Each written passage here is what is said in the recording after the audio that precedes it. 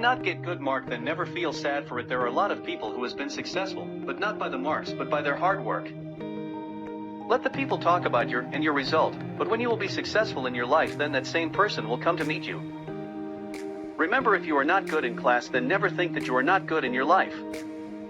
Because those people who are not good in their school time, they are great in their real life. They are now inspiration for children because they never doubt on their dream or passion. Whatever you feel like giving up, then here to them, because they were also not good in their class. Or they want to become in their life.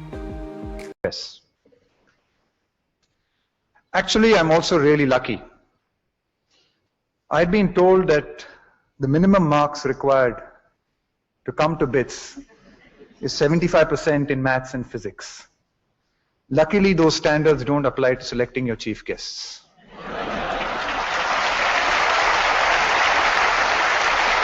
Because if you had seen my 10th standard physics and maths marks, I wouldn't have been allowed close to your gates.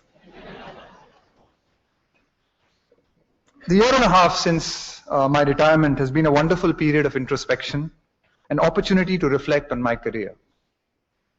Looking back, I'm certain that cricket has made me a better, more well-rounded person.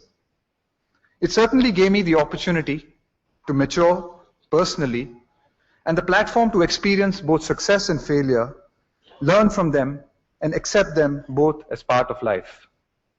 I'm often asked for advice on how to be successful. Honestly, there are a million ways to be successful, and I'm nobody to tell you which one is right for you.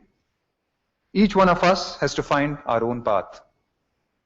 Having this opportunity to speak to you, I wanted to share a few stories from my own journey in the hope that they might resonate in some way. I'd like you to picture a boy born in a typical middle-class family. I was that boy. What made us somewhat different was that my uncle played alongside C.K. Naidu for the Holkar team, and my dad represented his university team, and he was completely cricket crazy. The radio commentary was always on at home during test matches, and my father followed every single match, whether international or domestic. He took me and my brother along to stadiums to watch the greats in action at every possible opportunity. To his mind, there was no better use of our time.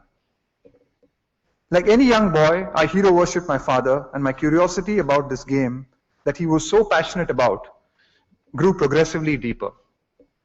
As I spent more time watching the game with him and playing it in my backyard and on the street, my curiosity gave way to interest. And before long, this interest gave way to love. The seed had been sown. I remember at some point in those early years feeling like I knew deep inside me what I had been born to do. That finding myself in the Dravid household was no accident of birth, it appeared. I learned that sometimes inspiration just stares you in the face. Through my school days, I was getting more and more immersed into my own world of cricket. Winning the inter-school tournament felt like winning the World Cup.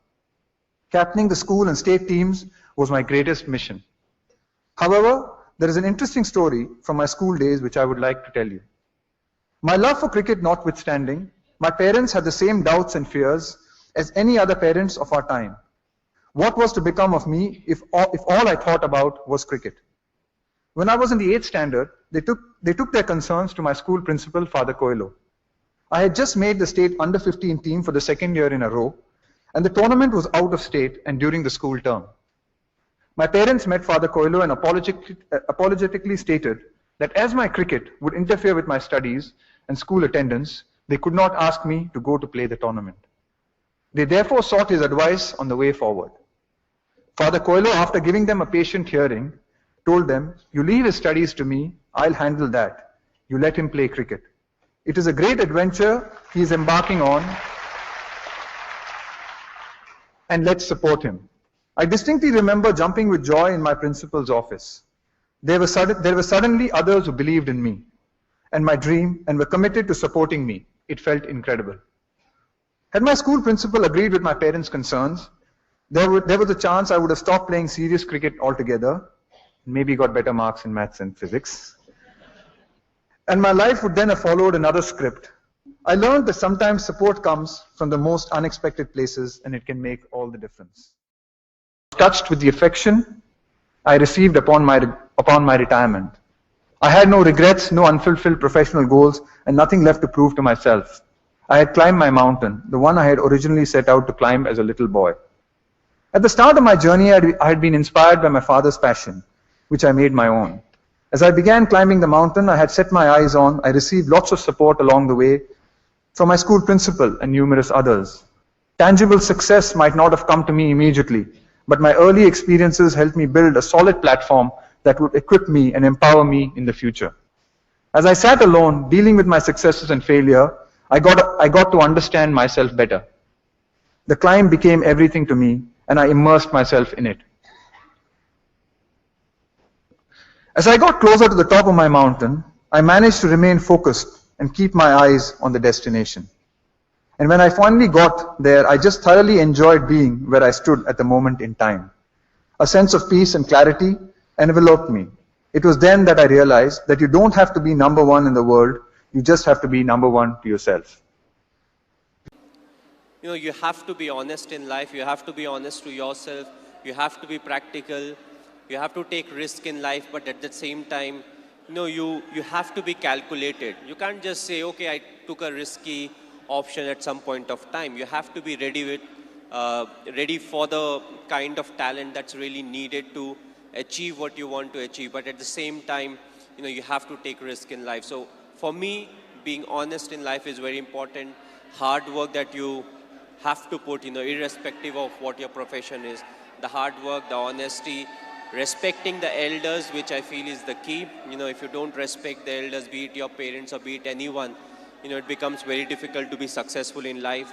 Being humble, try to be, when you enter, let's say, any big building, right from the first man you meet to maybe the managing director, you have to be the same to each and everyone. So that's what life is all about. Go through the difficult periods, fight it out, but if you can do it with a smile, that you'll become part of maybe the 5% persons, who can actually do it. Because at times we crib about life, about the tough period, but what's important is to go through, because it's a tough period that actually make you a better human being.